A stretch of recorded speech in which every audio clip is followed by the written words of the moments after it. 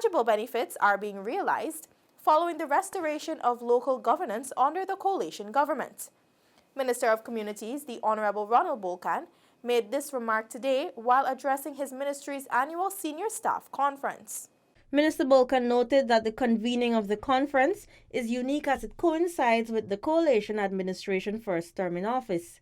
He highlighted the gains of reinstituting local governance, among them empowering hinterland communities, which has resulted in approximately 91% of the population accessing new and in some cases improved services. Local government in Guyana is not where it was 4.5 years ago. It has been elevated to a new level.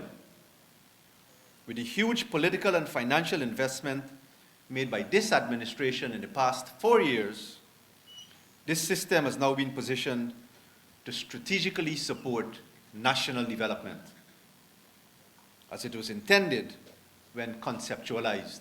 While noting the benefits of renewed local governance, Minister Bulkan said there are some challenges. Neighborhoods and villages are enjoying the dividends of local democracy through improved, ever-improving services. I may add, however, that progress has not been uniform, given the reluctance of the principal political opposition to embrace, even to accept, this model of governance. The Communities Minister also used the platform to highlight developments in the housing and water sectors.